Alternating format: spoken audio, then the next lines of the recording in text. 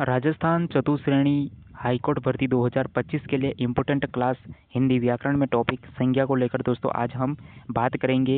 एक एक टॉपिक को लेकर मैं दोस्तों चर्चा करूंगा, चाहे वो संज्ञा, सर्वनाम, विशेषण, क्रिया, विस्मय, यहाँ पर वाक्य शुद्धि है, शब्द शुद्धि है, मुहावरे, लोकोक्ति, ठीक है, एकार्थी शब्द, इन सभी टॉपिक को दोस्तों मैं एक एक करके है वो लेने वाला हूँ। तो आज सबसे पहले हिंदी व्याकरण में जो शुरुआत हम करने वाले हैं वो है संज्ञा टॉपिक से, ठीक है। तो दोस्तों मैं आपको बता दूं कि वेरी वेरी इंपॉर्टेंट ये क्लास है दोस्तों आपके लिए होने वाली है। बस आपको क्या करना है कि इस क्लास के प्रति दोस्तों आपको प्यार दिखाना है और दोस्तों क्लासों को पूरा आप ज़रूर देख लेना है, ठीक है। ये 3 पेजेस का मैटर है दोस्तों, यहाँ से आपका बिल्कुल भी है वो दोस्तों बाहर नहीं जाने वाला है। और दोस्तों आप सभी जानते हैं कि ये ब्रह्मशास्त्र बुक का पेजेस है, तो दोस्तों एक भी प्रश्न आपका बाहर नहीं देखने को मिलेगा। और यहाँ पर संज्ञा टॉपिक को हम 3 पेजेस के माध्यम से दोस्तों हम यहाँ पर समाप्त करने वाले हैं। उसके बाद में दोस्तों हम सर्वनाम टॉपिक को दोस्तों देखेंगे, ठीक है।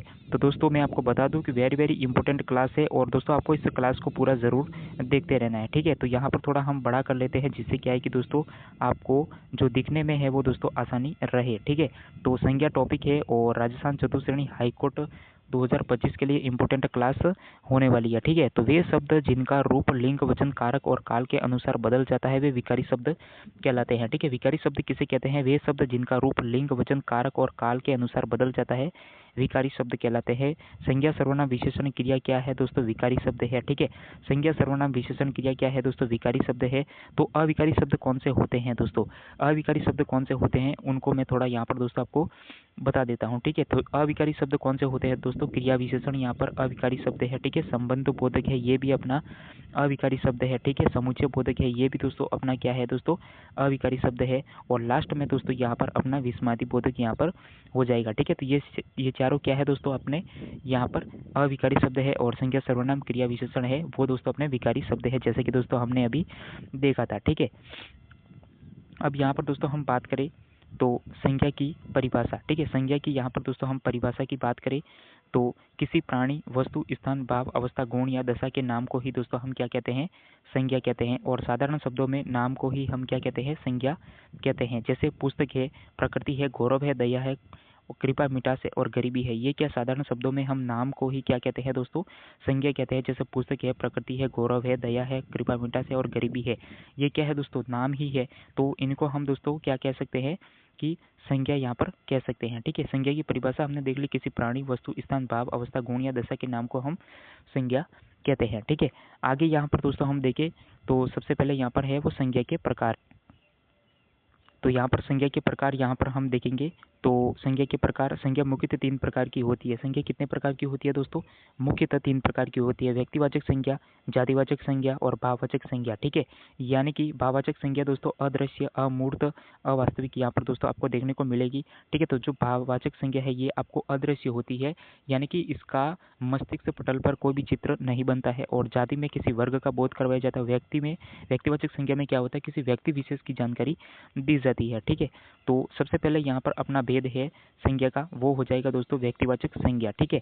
तो व्यक्ति विशेष, वस्तु विशेष अथवा स्थान विशेष के नाम को ही व्यक्तिवाचक संज्ञा कहते हैं। व्यक्ति विशेष, वस्तु विशेष या स्थान विशेष के नाम को ही क्या कहते हैं? हम संज्ञा कहते हैं। व्यक्तिवाचक संज्ञा विशेष का बोध कराती है, सामान्य का नहीं, अर्थात यह संज्ञा किसी एक व्यक्ति, एक वस्तु या एक स्थान का बोध कराती है, ठीक है। तो व्यक्तिवाचक संज्ञा विशेष का बोध कराती है, सामान्य का नहीं, अर्थात यह संज्ञा किसी एक व्यक्ति, एक वस्तु, एक स्थान का बोध कराती है।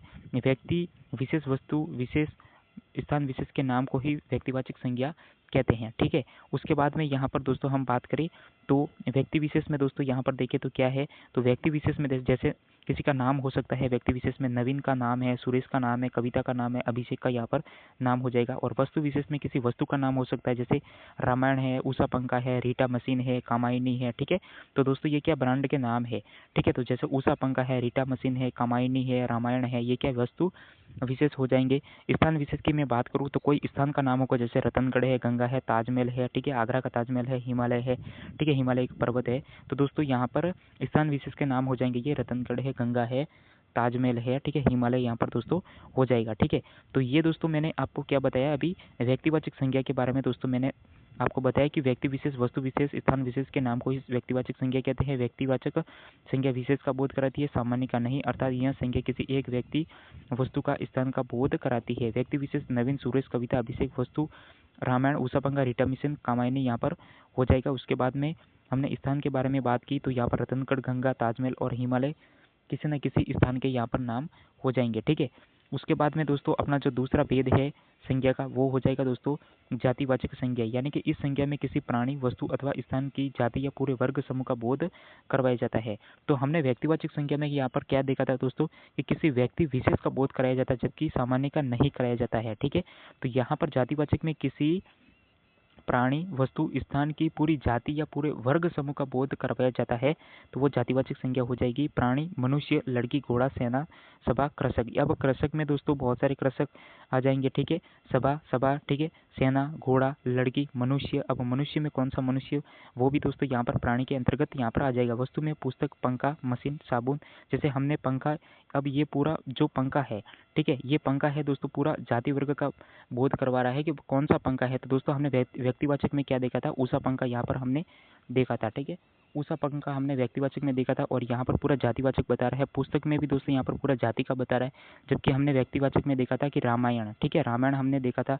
फिर हमने मशीन के बारे में देखा था दोस्तों, यहाँ पर पूरा जाति वर्ग का बोध करा रहा है मशीन। और व्यक्तिवाचक में हमने देखा था रीटा मशीन। ठीक है, तो ये क्या है, इस प्रकार से ये पूरी जाति का बोध करा रहा है। ठीक है, अब स्थान के बारे में हम देखें दोस्तों तो पहाड़, नदी, भवन, शहर, गांव और विद्यालय। ठीक है, पहाड़ है, नदी है, जैसे हमने पहाड़ में दोस्तों हमने क्या देखा था, हिमालय देखा था। ठीक है, उसके बाद में नदी में हमने दोस्तों व्यक्तिवाचक में गंगा को देखा था। ठीक है, शहर में दोस्तों हमने क्या देखा था, रतनगढ़ देखा था। ठीक है, और ताजमहल यानी कि हमने किसी भवन के बारे में देखा था तो वो ताजमहल किसी व्यक्तिवाचक का नाम यहाँ पर वहाँ पर हो जाता है। ठीक है, व्यक्तिवाचक में। और यहाँ पर दोस्तों जातिवाचक में दोस्तों जैसे कि यहाँ पर आप देख रहे हैं पूरे वर्ग समूह का बोध करवाया जा रहा है। ठीक है, अब व्यक्तिवाचक और जातिवाचक संज्ञा में यहाँ पर थोड़ा अंतर बताया गया है। ये है व्यक्तिवाचक संज्ञा, ये है जातिवाचक संज्ञा। नवीन, कविता, मनुष्य। ठीक है, जातिवाचक में पूरा मनुष्य हो जाएगा जाति वर्ग, और उसी में अगर किसी व्यक्ति विशेष का नाम लेना है तो कविता, नवीन और कविता यहाँ पर हो जाएगा। ठीक है, उसके बाद में यहाँ पर हम बात करें तो जातिवाचक में जो पुस्तक है वो पूरी पुस्तक जाति वर्ग का बोध करा रही है, जबकि रामायण, कामायनी है ये व्यक्तिवाचक संज्ञा का बोध करा रही है। ठीक है, पंखा है दोस्तों जातिवाचक में पंखा हो जाएगा, ये जातिवाचक है, जबकि उषा पंखा है ये व्यक्तिवाचक हो जाएगा। पर्वत है दोस्तों ये जातिवाचक संज्ञा है। हिमालय, अरावली है ये व्यक्तिवाचक संज्ञा यहाँ पर हो जाएगी। ठीक है, तो दोस्तों हम आगे यहाँ पर बात करें तो अपना है जातिवाचक संज्ञा के दो उपभेद भी होते हैं। ठीक है, जातिवाचक संज्ञा के दो उपभेद भी होते हैं, द्रव्यवाचक संज्ञा और एक है समूहवाचक संज्ञा। ठीक है, तो द्रव्यवाचक में कौन कौन आ जाएगा, सोना है, तेल है, तेजाब है, दूध, चांदी, घी है। ठीक है, सोना, तेल, तेजाब, दूध, चांदी, घी है, ये सभी द्रव्यवाचक संज्ञा के अंतर्गत आ जाएंगे। और समूहवाचक संज्ञा की मैं बात करूँ तो मंडल, कुंज, गुच्छा, गिरोह, परिवार। ठीक है, परिवार, पुलिस, दल, सेना, सभापति, समिति, गोद यहाँ पर आदि हो जाएंगे। ठीक है, तो ये समूहवाचक संज्ञा किसी समूह का बोध करा रहे हैं। जैसे पुलिस की मैं बात करूँ तो जैसे ही पुलिस का आपने नाम सुना तो आपको पुलिस का पूरा झुंड दिखाई देने लग जाएगा। ठीक है दोस्तों, सभा में बात करूँ तो सभा का जैसे ही नाम लिया तो आपको बहुत सारे लोग दिखाई देंगे अपने मस्तिष्क पटल पर। ठीक है, और उसके बाद में यहाँ पर मैं बात करूँ दोस्तों तो अगर किसी परिवार की बात करूँ तो परिवार में भी बहुत सारे सदस्य होते हैं, इसका मतलब वो क्या है, एक समूह हो जाएगा। ठीक है, दल की बात करूँ दोस्तों तो दल में भी दोस्तों आप सभी जानते हैं कि बहुत सारे यहाँ पर है वो लोग होते हैं, तो ये समूहवाचक संज्ञा हो जाएगी। द्रव्यवाचक में दोस्तों आप सभी जानते हैं कि कोई ना कोई तरल पदार्थ होगा, जैसे सोना है, ठीक है, तेल है, तेजाब है, दूध है, चांदी है, घी है। ठीक है, ये सब क्या है दोस्तों द्रव्यवाचक संज्ञा हो जाएंगे। ठीक है, अब व्यक्तिवाचक संज्ञा का जातिवाचक संज्ञा में प्रयोग किस प्रकार से होता है, तो व्यक्तिवाचक संज्ञा का जातिवाचक संज्ञा में प्रयोग किस प्रकार के होता है, तो व्यक्तिवाचक संज्ञा का प्रयोग जब बहुवचन में हो तो व्यक्तिवाचक संज्ञा ही जातिवाचक बन जाती है। व्यक्तिवाचक संज्ञा का प्रयोग जब बहुवचन में होने लग जाए तो वहीं दोस्तों क्या है, जातिवाचक संज्ञा बन जाती है। जैसे हरिश्चंद्रों की सत्यता से ही भारत का सम्मान बचा हुआ है, हमारे देश में रावणों की कमी नहीं है। अब यहाँ पर क्या है दोस्तों, बहुवचन का प्रयोग यहाँ पर हो गया है। जैसे कि दोस्तों रावण तो किसी का नाम है व्यक्ति का, लेकिन यहाँ पर क्या है बहुवचन में है, तो दोस्तों ये ऑटोमेटिकली यहाँ पर दोस्तों क्या है जातिवाचक संज्ञा में हो गया। ठीक है, देश को हरिश्चंद्रों की आवश्यकता है, जयचंद्रों के कारण देश गुलाम हुआ, हमारा देश सीता सावित्रियों का देश है। ठीक है, उसके बाद में हम आगे बात करें तो भारत में भगत सिंहों की कमी नहीं है, देश को नटवरलालों ने तरह तरह से ठगा। ठीक है, कभी कभी कुछ व्यक्तियों में कोई विशेष गुण अवगुण होता है जिसके कारण उनका नाम भी विशेष गुण या अवगुण का प्रतिनिधित्व करने लग जाता है, इसलिए वह नाम व्यक्ति विशेष होते हुए भी जातिवाचक बन जाता है। किस प्रकार से, मैं आपको थोड़ा डिटेल से यहाँ पर समझाता हूँ। कभी कभी कुछ व्यक्तियों में कुछ विशेष गुण होते हैं, उन गुण के कारण ही वो दोस्तों प्रतिनिधित्व करने लग जाता है, ठीक है। और वह नाम व्यक्ति विशेष होते हुए भी दोस्तों वो जातिवाचक बन जाता है, ठीक है। जैसे कि यहाँ पर उदाहरण दिए गए हैं कि तुम कलयुग के भीम हो, ठीक है। अब भीम किसी व्यक्ति का नाम है, लेकिन उसमें जो गुण है वो है तुम कलयुग के भीम हो, तुम तो कुंभकर्ण बन गए हो। ज्यादा नींद लेने वाला जो होता है उसको बोलते हैं कुंभकर्ण, ठीक है। यशोदा हमारे घर की क्या है, लक्ष्मी है, ठीक है। यानी कि ये कोई ना कोई लक्ष्मी क्या है कि यहाँ पर दोस्तों यशोदा का गुण है, ठीक है। तो दोस्तों लक्ष्मी, यशोदा हमारे घर की लक्ष्मी है। गांधी जी अपने समय के कृष्ण थे, सुमन तो लता मंगेशकर है, कालिदास को नाट्य जगत का शेक्सपियर माना जाता है, ठीक है। उपयुक्त उदाहरणों में देखिए, उपयुक्त उदाहरण में भीम, लक्ष्मी, कृष्ण, कुंभकर्ण, लता मंगेशकर, शेक्सपियर आदि क्या व्यक्तिवाचक संज्ञा का प्रयोग जातिवाचक संज्ञा के रूप में हुआ है, ठीक है दोस्तों। तो उपयुक्त उदाहरण में भीम है, लक्ष्मी है, कृष्ण है, कुंभकर्ण है, लता मंगेशकर है, शेक्सपियर है, ठीक है, इत्यादि व्यक्तिवाचक संज्ञाओं का प्रयोग जातिवाचक संज्ञा के रूप में यहाँ पर दोस्तों हुआ है, ठीक है। आगे मैं बात करूँ दोस्तों तो भाववाचक संज्ञा। अब भाववाचक संज्ञा के बारे में आप यहाँ पर थोड़ा देखिए। तो भाववाचक संज्ञा, इस संज्ञा में प्राणियों या वस्तु के गुण, धर्म, दशा, कार्य, मनोभाव आदि का बोध होता है। प्राय गुण, दोष, अवस्था, व्यापार, अमूर्त भाव तथा क्रिया के मूल रूप भाववाचक संज्ञा के अंतर्गत आते हैं। इस संज्ञा में प्राणियों या वस्तु के गुण, धर्म, दशा, कार्य, मनोभाव आदि का बोध होता है। प्राय गुण, दोष अथवा व्यापार, अमूर्त भाव तथा क्रिया के मूल रूप भाववाचक संज्ञा के अंतर्गत आते हैं, ठीक है। अब जातिवाचक संज्ञा से भाववाचक संज्ञा किस प्रकार से यहाँ पर बनती है दोस्तों, तो यहाँ पर थोड़ा आप देख लीजिए। तो यहाँ पर देखिए कि जातिवाचक से भाववाचक संज्ञा किस प्रकार से बनती है। तो जातिवाचक संज्ञा से भाववाचक किस प्रकार से बनती है। शिशु से शैशव, शिशुता हो जाएगा। नौकर से नौकरी हो जाएगी। दास से दासत्व यहाँ पर हो जाएगा, ठीक है। और यहाँ पर मैं बात करूँ तो बहन का यहाँ पर बहनापा हो जाएगा, पंडित का पंडिताई हो जाएगा, विद्वान का विद्वता हो जाएगा, मानव का मानवता हो जाएगा, ठीक है। ये क्या है दोस्तों, जातिवाचक है। और ये बहनापा क्या है दोस्तों, भाववाचक है, ठीक है। मैं आपको थोड़ा ऊपर से वापस दिखा देता हूँ कि मैं आपको पढ़ा क्या रहा हूँ, ठीक है। तो जैसे कि दोस्तों आप यहाँ पर देख रहे हैं, तो ये है अपना टॉपिक, ठीक है। तो यहाँ पर आप देख रहे हैं कि जो जातिवाचक से भाववाचक संज्ञा किस प्रकार से बनेगी, तो ये इस प्रकार से बनेगी, ठीक है। ये इधर वाले है वो जातिवाचक शब्द है, इधर वाले है वो भाववाचक शब्द है, ठीक है। शिशु का शैशव, शिशुता हो जाएगा। नौकर का नौकरी हो जाएगी, ठीक है। दास का यहाँ पर दोस्तों दासत्व हो जाएगा। बहन का बहनापा, पंडित का पंडिताई हो जाएगा, विद्वान का विद्वता यहाँ पर हो जाएगा, ठीक है। उसके बाद में मैं बात करूँ तो मानव का मानवता हो जाएगा, पुरुष का पुरुषत्व, प्रभु का प्रभुता, सती का सतीत्व यहाँ पर हो जाने वाला है, ठीक है। ये सीधे सीधे दोस्तों आपको याद करने हैं, ठीक है। पशु का पशुता, पशुत्व हो जाएगा। सेवा का सेवा हो जाएगा। मनुष्य का मनुष्यत्व हो जाएगा। सज्जन का सज्जनता हो जाएगा, ठीक है। उसके बाद में मैं बात करूँ तो कवि का कवित्व हो जाएगा। आदमी का आदमियत हो जाएगा। गुरु का गुरुत्व या गौरव हो जाएगा। इंसान का इंसानियत यहाँ पर हो जाएगा, ठीक है। विभु का वैभव हो जाएगा। विभु क्या है दोस्तों, एक जातिवाचक है। वैभव इसका भाववाचक हो जाएगा। दानव का दानवता हो जाएगा। भक्त का भक्ति हो जाएगा। बंधु का बंधुत्व यहाँ पर हो जाएगा, ठीक है। उसके बाद में व्यक्ति का व्यक्तित्व हो जाएगा। ईश्वर का ऐश्वर्य हो जाएगा। चोर का चोरी हो जाएगा। ठग का ठगी हो जाएगा, ठीक है। उसके बाद में यहाँ पर मैं बात करूँ तो लड़का का लड़कपन हो जाएगा। बच्चा का बचपन हो जाएगा। बूढ़ा का बूढ़ापा हो जाएगा। उसके बाद में यहाँ पर मित्र का क्या हो जाएगा दोस्तों, मित्र का मित्रता यहाँ पर हो जाएगा, ठीक है। तो दोस्तों यहाँ से हमने अभी देखा कि जाति से भाववाचक संज्ञा किस प्रकार से बनती है, ठीक है। तो जाति से भाववाचक संज्ञा किस प्रकार से बनती है, तो ये दोस्तों हमने एक पॉइंट यहाँ पर छोड़ दिया था कि भाववाचक संज्ञा की रचना मुख्य 5 प्रकार के शब्दों से होती है। जातिवाचक संज्ञा से, जैसे कि दोस्तों हमने पहले ही यहाँ पर देख लिया, ठीक है। ये स्लाइड को हमने देखा नहीं इधर। तो भाववाचक संज्ञा की जो रचना है वो मुख्य 5 प्रकार के शब्दों से होती है जातिवाचक संज्ञा से। जैसे कि दोस्तों मैंने अभी अभी आपको बताया कि जो जातिवाचक संज्ञा से भाववाचक किस प्रकार से बनते हैं। दूसरा सर्वनाम से, फिर विशेषण से, फिर क्रिया से और फिर अव्यय से, ठीक है।